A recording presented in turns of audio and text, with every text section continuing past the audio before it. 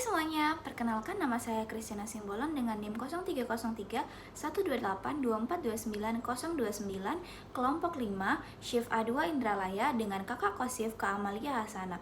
Pada tugas video praktikum kimia organik ini, kita akan membahas tentang analisa unsur senyawa organik. Stay tune! Kita harus mengetahui apa itu senyawa organik. Senyawa organik merupakan senyawa kimia yang tersusun atas karbon, oksigen, dan juga hidrogen. Tetapi ada juga unsur-unsur lainnya seperti sulfur, halogen, dan nitrogen. Nah, senyawa organik ini banyak tersebar, seperti ada di tumbuhan, hewan, atau di mikroorganisme lainnya. Nah, di dalam tubuh kita ini juga terdapat banyak senyawa organik yang membantu metabolisme tubuh, seperti karbohidrat yang digunakan untuk menghasilkan energi yang kita gunakan dalam sehari-hari.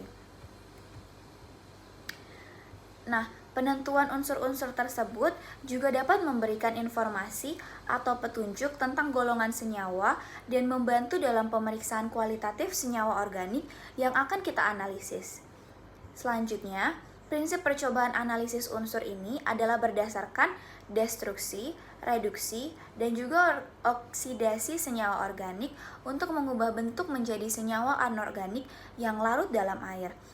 Nah, yang sering dilakukan itu adalah destruksi reduksi, yaitu dengan mereaksikan senyawa dengan logam natrium atau yang bisa dikatakan cara Lessien. Ada 3 percobaan, yang pertama itu adalah analisa karbon, yang kedua analisa halogen, dan yang ketiga adalah analisa nitrogen dan sulfur. Yang pertama, analisa karbon. Analisa karbon ini bisa kita lakukan dengan meletakkan sejumlah kecil bahan sampel glukosa di atas pecahan porselen yang bersih dan juga dipanaskan sampai terjadi perubahan warna. Warna hitam atau dia seperti arang yang terjadi menunjukkan adanya unsur karbon. Selanjutnya adalah analisa halogen. Analisa halogen ini terbagi menjadi 3, yaitu tes kalsium oksida yang terjadi karena adanya endapan yang berwarna putih dalam sampel. Jadi, karbon tetraklorida ditambah asam nitrat dan aquades sehingga menyebabkan perubahan warna yang menjadi putih. Unsur kalsium oksida atau dikenal pula dengan kapur tohor dengan nama kimia kalsium oksida adalah hasil pembakaran kapur mentah pada suhu kurang dari 90 derajat Celcius. Nah, tes yang kedua adalah tes Beilstein. Tes Beilstein merupakan tes untuk menguji adanya unsur halogen pada suatu senyawa yang dilakukan dengan memasukkan kawat tembaga yang telah dipanaskan dalam larutan tetraklorida. Unsur yang ditunjukkan oleh nyala yang berwarna hijau ini merupakan karbon tetraklorida. Nah, yang terakhir itu adalah analisa iodium. Analisa iodium ini akan terjadi perubahan warna di kertas saring menjadi warna biru keunguan dan akan timbul gas yang berwarna biru.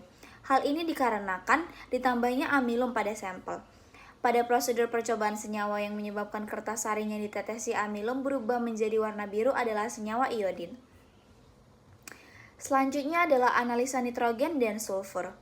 Yang pertama adalah analisa nitrogen. Satu bagian filter dicampur dengan 1-2 ml larutan natrium hidroksida 5% dan 0,1 gram besi sulfat yang telah digerus dididihkan selama kurang lebih 1 menit, kemudian didinginkan. Perlahan-lahan asamkan dengan asam klorida encer. Nah, kemudian ditambahkan dengan 1 ml FeCl3, lalu didiamkan. Nah, akan muncul endapan biru Prusia yang mengendap. Bila sampel mengandung nitrogen, akan terbentuk endapan yang berwarna biru. Nah, yang kedua itu adalah analisa sulfur. Analisa sulfur ini bisa kita lakukan dengan cara basahkan 1 lembar kertas saring dengan larutkan dengan PB asetat, lalu dimasukkan ke dalam Erlenmeyer 100 ml, lalu ditambahkan dengan 10 ml asam klorida encer, lalu tutup dengan cepat mulut Erlenmeyer dengan kertas saring yang sudah dibasahi tadi. Bila sampel mengandung sulfur, akan ditunjukkan dengan adanya warna hitam pada kertas saring.